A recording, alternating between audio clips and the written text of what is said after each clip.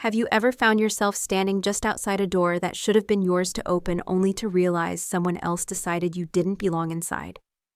My name is Madeline Rivers, and until this moment, I always believed that if I worked hard enough, loved enough, and proved myself enough, I'd finally earn a place at my family's table. But as I stood on the marble steps of the Lumina Grand, clutching an invitation addressed not to me, but to every other worthy member of the Rivers clan, I realized some doors aren't locked by accident. They're closed on purpose. The funny thing is, this wasn't just any door. This was the gleaming glass entrance to the hotel I'd spent a decade building. From the ground up, the first of the Lumina chain, my dream, my sacrifice, my sleepless nights made real in polished stone and crystal chandeliers. Tonight it was filled with laughter music and the glow of candles my father's birthday. A family celebration that once again didn't have a seat reserved for me. As I stood outside, I couldn't help but wonder, what is it about success that makes the people closest to you look right through you, as if you're still the reckless dreamer they warned would fail? I used to think belonging was something you could earn like a gold star on a childhood report card. I chased every approval, perfect grades, scholarships, polite smiles, even when my heart longed for something different. My family, the Rivers, are third-generation attorneys. In our house, words like legacy, prestige, and responsibility were as common as Sunday pancakes. My brother Mark, 2 years younger, took to the law like he was born in a courtroom. I, on the other hand, was always the one organizing backyard picnics for the neighbors or volunteering to plan school fundraisers. I didn't want a corner office. I wanted to create spaces where people felt welcome, seen, and safe. But in a family where worth is measured in legal victories and billable hours, my dreams were dismissed as naive. Hotels, my father once scoffed. Anyone can fold a napkin, Madeline, but it takes real talent to win a case. I laughed along, pretending it didn't hurt, but inside the doubt grew roots.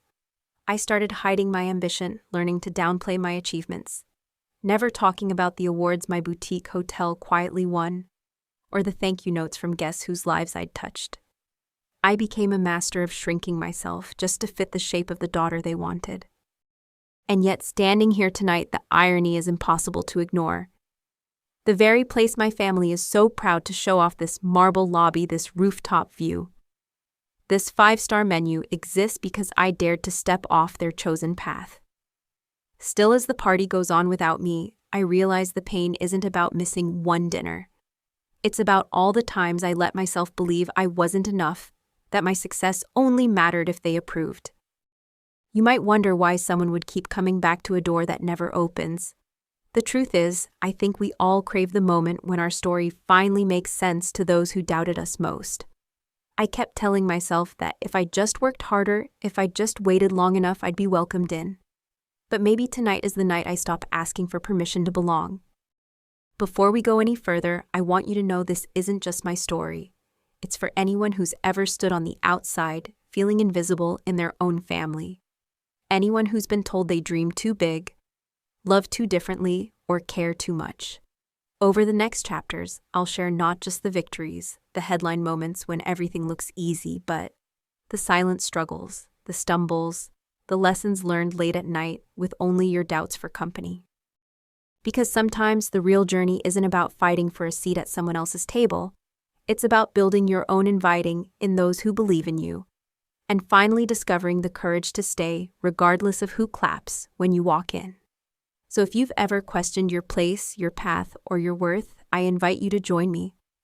Let's walk through these doors together and see what happens when you refuse to shrink for anyone. Are you ready? Let's begin.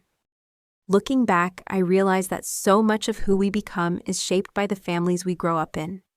Their hopes, their fears, and the silent rules they hand down without ever saying a word. In the Rivers family, the world was divided into two groups: those who made history and those who faded quietly into the background. My parents didn't mean to wound me, but their dreams for me were stitched from their own anxieties and ambitions. Sometimes love in a family looks like a map with only one road drawn in bold ink, and every side path feels like betrayal.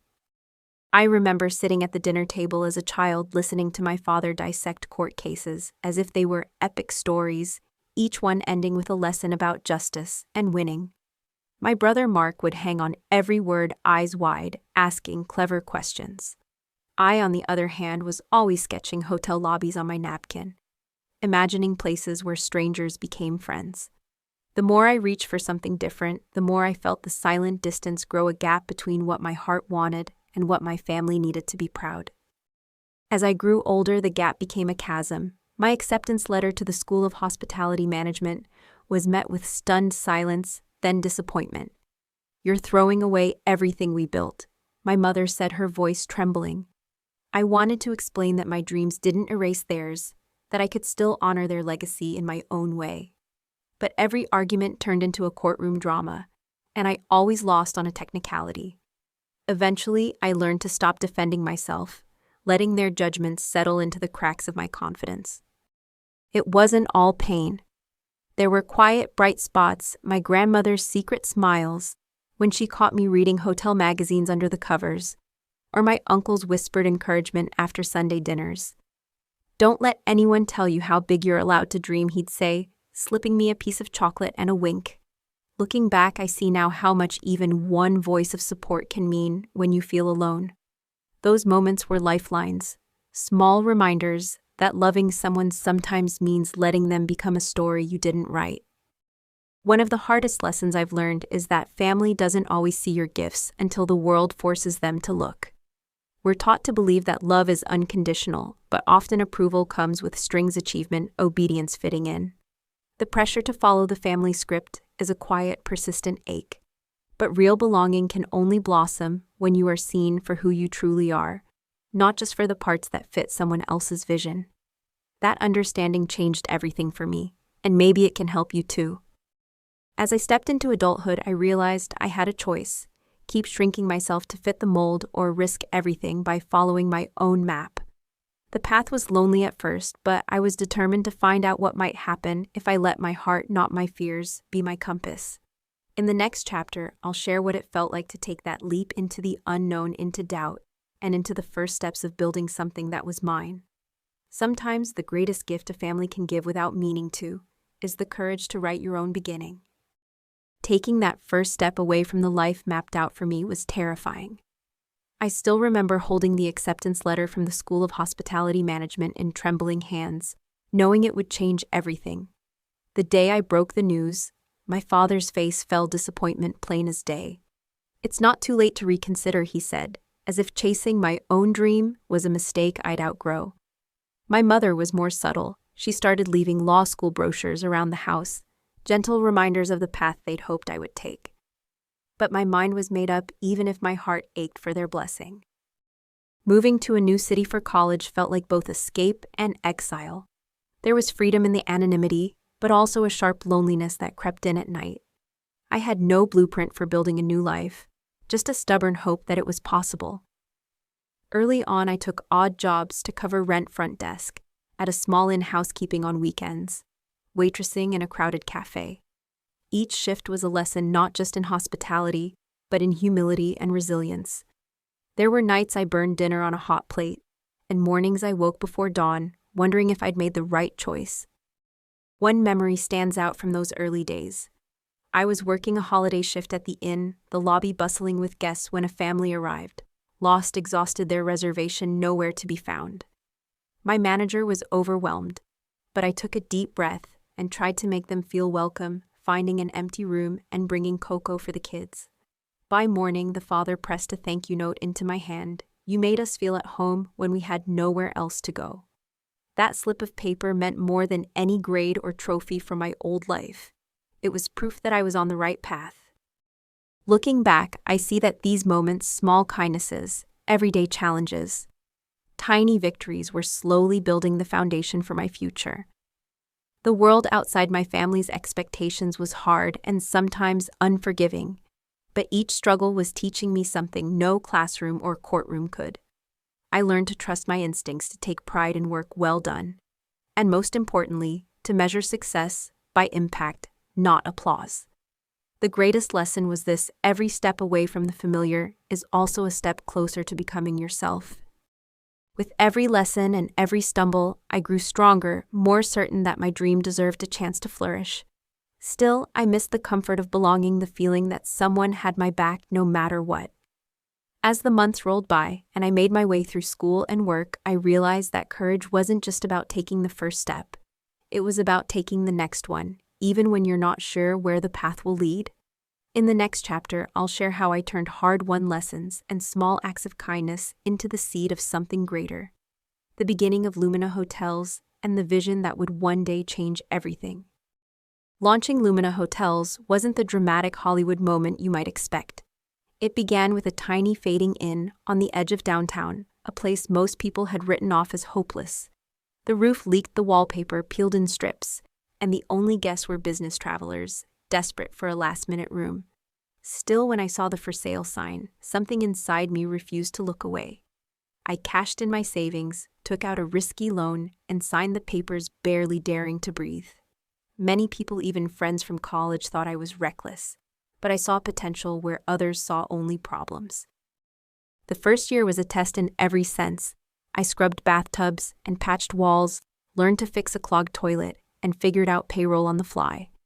There were days the only people in the lobby were my lone employee, and me sharing instant coffee and encouraging each other not to give up. One icy winter morning, the boiler broke down. I spent hours on the phone, wrapped in 3 sweaters, trying to find someone willing to make repairs at dawn. By midnight, shivering but determined, I was handing out extra blankets, promising every guest a free breakfast and a warm room the next night. Sometimes I wondered if my family was right, if chasing this dream meant setting myself up for disappointment. But every small win mattered. A handwritten review taped to the front desk, a returning guest remembering my name, a local florist offering a discount for weekly flowers. All reminders that change, even the kind that matters most, begins quietly. I learned that leading wasn't about giving orders from behind a desk. It was showing up, getting your hands dirty, and believing in your mission when no one else does. One lesson that truly stuck with me was the power of persistence over perfection. There were so many mistakes that first year: double-booked rooms, late deliveries, awkward apologies to guests. But I learned to own my errors, fix what I could, and forgive myself for not knowing everything. Over time, the inn slowly transformed. Fresh paint brightened the halls, new linens made every bed inviting, and word of mouth began to spread. Even though success came in tiny, hard-won increments, it was all the more meaningful because it was real. As the inn finally began to thrive, I realized something: every challenge I faced was laying the groundwork for something bigger. The long nights and hard lessons became my greatest assets. I understood my guests not just as customers, but as people, each with their own stories and needs. That empathy would become the heart of Lumina Hotels. And with my first property finally stable, I felt a cautious hope rising. In the next part of my story, I'll share how that little inn became the blueprint for a vision that would change more than just my life. It would start to shift the way others saw me, and maybe even how I saw myself. As the inn's fortunes slowly improved, something else began to blossom within me. A quiet confidence that came not from accolades, but from seeing the difference I could make one guest at a time. The first time we received a glowing online review, I read it a dozen times, beaming like I'd just won an award. Soon guests returned for anniversaries or sent their friends our way.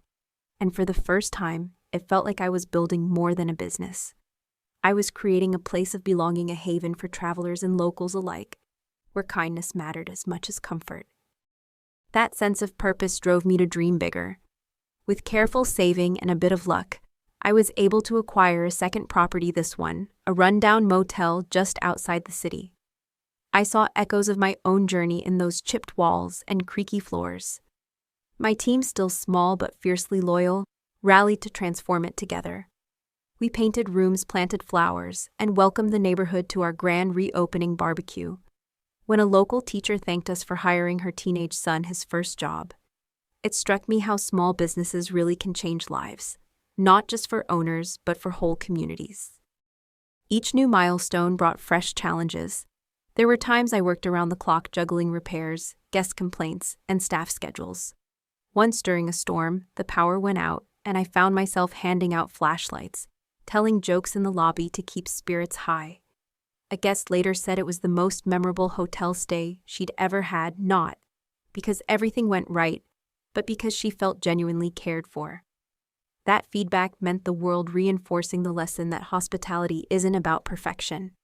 It's about connection, presence, and a willingness to adapt when things go wrong. Looking back, I see how every setback forced me to grow in ways I never expected. I learned to celebrate progress over perfection and to see mistakes as part of the journey rather than signs of failure. Most importantly, I discovered that leadership isn't about always having the answers. It's about listening, learning, and showing up even when you're tired or uncertain. These lessons didn't just shape me as a business owner, they reshaped my sense of self-worth, teaching me to trust my instincts and to value my own resilience. With 2 thriving properties and a team that felt like family, I began to believe that maybe I was building something that would last. It wasn't just about proving my family wrong anymore. It was about proving to myself that my dreams were valid, my efforts worthwhile, and my vision strong enough to carry others along with me. As Lumina Hotels grew, so did my understanding of what success truly means and how it can ripple outwards, far beyond the person who dares to take the first leap. In the next chapter, I'll explore how growth sometimes brings its own complications, especially when old wounds and new opportunities intersect. As Lumina Hotels gained momentum, invitations began to appear in my inbox, networking events, business panels, and eventually community honors. Each brought a new surge of pride and, strangely, a lingering anxiety. Success had given me visibility, but it also meant confronting old fears about acceptance, especially from my family. When I received an invitation to a prestigious business gala, I hesitated. The guest list was filled with local leaders, including my father and brother. I wondered if attending would reignite old tensions or finally offer a chance to be seen as an equal. On the night of the event, I wore a simple black dress and carried the confidence I'd earned through years of hard work. Still, the moment I walked into the ballroom, I felt that familiar flutter of nerves. My father's friends congratulated him on his accomplished daughter while he smiled stiffly, uncertain how to respond. My brother Mark, always the charmer, welcomed me warmly, but the conversation quickly drifted to legal victories and family tradition. As the speeches started, I realized I was no longer that uncertain girl craving validation. I had built something meaningful, and my worth was no longer tied to anyone's opinion but my own.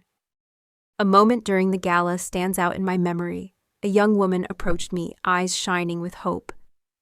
"I followed your story," she said quietly, "and it helped me believe I could pursue hospitality too, even though my parents wanted something else." In her gratitude, I saw a reflection of my younger self. It reminded me how sharing our journeys with all their messiness and doubts can offer courage to others walking similar paths. That brief exchange meant more than any award that night, a reminder that our stories matter even when we don't realize who's listening. Through experiences like this, I learned the power of quiet confidence, of holding space for myself and others without demanding approval. For so long, I'd believed acceptance was something to be earned, but I discovered it's something you can give yourself first. When you do, it radiates outward, inviting connection and respect on your own terms. The small lesson I carried forward was this: sometimes the most meaningful recognition comes not from applause, but from the gentle reassurance that you're finally comfortable in your own skin. As the night ended, I walked home with a sense of peace I'd never known before. I understood that true growth is measured not only in accomplishments, but in the courage to keep showing up, especially when faced with old insecurities and unresolved hopes. In the chapters ahead, I'll share how embracing both my roots and my independence opened new doors, and how the journey back to family isn't always what you expect, but can sometimes be exactly what you need. The journey back to family began quietly, almost by accident. One afternoon, as I was finalizing plans for a new Lumina property, I received a call from my mother. Her voice trembled, not with anger, but with uncertainty. "We're having a special dinner for your father's birthday," she said, "and, well, it would be nice if you could come." It was the first real invitation I'd received in years. Part of me was hopeful. Another part braced for disappointment. I debated whether to attend, unsure if I was ready to open old wounds or perhaps heal them. Arriving at my parents' home, I noticed little had changed. The same framed diplomas on the wall, the same scent of my mother's cooking. But as the evening unfolded, I sensed an undercurrent of tension and curiosity. My father kept the conversation focused on Mark's career and family news. I answered questions politely, but there was a distance, an invisible wall built from years of misunderstandings. Still, when my mother asked about Lumina, I caught a glimpse of genuine interest in her eyes. For the first time, she listened without rushing to judgment. During dinner, my nephew spilled water, and as I reached to help, I caught Mark watching me, a soft smile on his face. Later, as the family gathered for dessert, he pulled me aside. "I used to think you were running away," he admitted quietly, "but now I see you were just brave enough to start over." His words surprised me, softening something inside. We talked about his own doubts, the moments when family expectations felt like a weight, and I realized our journeys were not so different. Sometimes all it takes to bridge a gap is a small, honest conversation. That night, as I drove home, I reflected on the dinner. There had been no dramatic reconciliation, no grand apology. But something important had shifted. A door cracked open, if only a little. The lesson for me was clear: healing often happens slowly in ordinary moments, when we allow ourselves to show up, listen, and let others change too. I learned to appreciate the progress, however incremental, and to recognize that relationships, like dreams, are built step by step. With hope renewed, I began to nurture these small connections, reaching out with patience and honesty. I realized that accepting my family's limitations was part of loving them, and loving myself enough not to shrink for anyone was the gift I could finally give back. In the next chapter, I'll share how the process of rebuilding trust with my family mirrored the expansion of Lumina Hotels, and how both journeys taught me the true meaning of belonging, not just to others, but to myself. Rebuilding trust with my family turned out to be less like flipping a switch and more like tending a stubborn garden. After that birthday dinner, I made an effort to invite my parents and Mark to Lumina events, openings, charity fundraisers, even simple weekend brunches. Sometimes they came, sometimes they declined. At first, their visits were awkward. My father would make small talk with my employees, clearly unsure how to act in a place where his daughter was the boss. My mother fussed over the details, comparing everything to childhood memories, searching for familiar ground in a world I had built myself. One Saturday, I hosted a community breakfast at our downtown hotel, inviting neighbors and local leaders. My parents showed up unexpectedly, mingling with the crowd. I caught my father in conversation with the hotel chef, who shared his story of moving to the U.S. and finding a second family at Lumina. My father listened, nodding thoughtfully, and later told me, "You've made quite a difference here, Madeline." For the first time, I sensed not just tolerance, but pride, a subtle shift that said more than any grand gesture ever could. These small moments of recognition meant everything to me. There were still setbacks, misunderstandings, missed calls, awkward silences that reminded me how much work lay ahead. But as I watched my family begin to interact with the people and the vision I'd built, I understood that belonging is a two-way street. It requires openness, vulnerability, and a willingness to see beyond old roles. When my mother volunteered at one of our charity events, helping pack care bags for local shelters, she confided that she finally understood why I chose this path. "It's not just about hotels," she whispered. "It's about creating a home wherever you go." That simple acknowledgement filled me with warmth I'd waited years to feel. The lesson I carried from these experiences was that healing relationships often requires persistence and gentle courage. Like the slow transformation of an abandoned building into a thriving hotel, trust is rebuilt through steady effort and many small acts of faith. You can't force others to change, but you can invite them into your world, patiently, honestly, and without expectation. Each positive step, however minor, adds up over time. And sometimes just showing up for one another is the biggest step of all. As I looked at the growing bridges between my world and my family's, I saw echoes of the journey I'd taken with Lumina, one of risk, patience, and belief in what's possible. In the next part, I'll share how embracing this balance of independence and connection led me to redefine what success and belonging truly meant for my life, and how it gave me the courage to finally celebrate my story, no longer hidden, but proudly my own. As the months passed, I realized the more I balanced my independence with renewed family ties, the more complete I felt, not just as a business owner, but as a daughter, a sister, and a friend. The old belief that I needed to choose between my family and my dreams slowly faded. I learned that true belonging isn't about erasing our differences. It's about honoring them and bringing the best parts of ourselves forward. This new understanding changed how I approached both my work and my relationships, making each one richer and more authentic than I'd ever imagined. One afternoon, while preparing for the annual Lumina Foundation Gala, I invited my parents to join me behind the scenes. Watching them help set tables and arrange flowers, I saw how much we had all grown.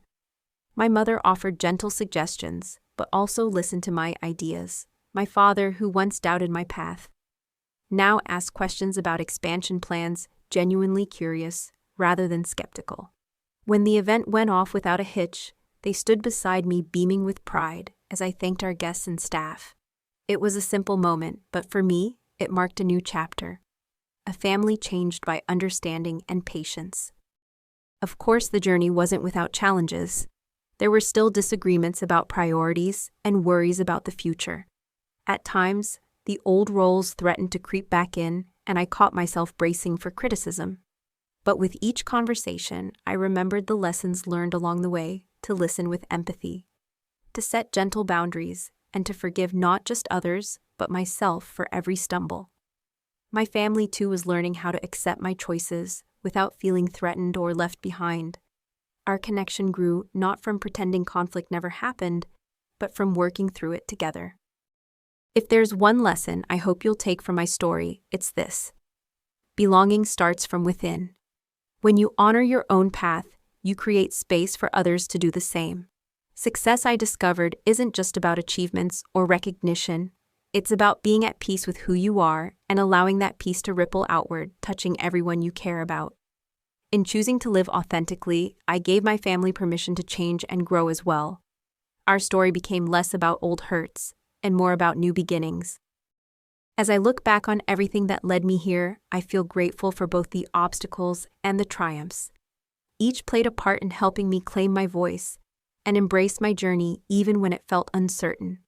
In the final part of this story, I'll share how celebrating my own success allowed me to empower others, and how the greatest legacy isn't what we build, but who we inspire along the way. Looking back, I see that every step, every doubt, every victory, every awkward family dinner wove together to create a life more meaningful than I could have imagined. My journey with Lumina Hotels was never just about business. It was about honoring the messy, beautiful path that led me from feeling invisible at my own family's table to building a place where others felt seen, valued, and at home. Each challenge taught me to trust myself, and each act of kindness from a stranger or loved one reminded me that belonging is built, not given. Rebuilding trust with my family required as much patience and effort as turning an old inn into a thriving hotel. It meant showing up again and again, sometimes failing and sometimes surprising myself. Over time, I realized that healing doesn't always arrive as a dramatic apology. More often, it appears in small gestures, quiet conversations, and the willingness to try one more time.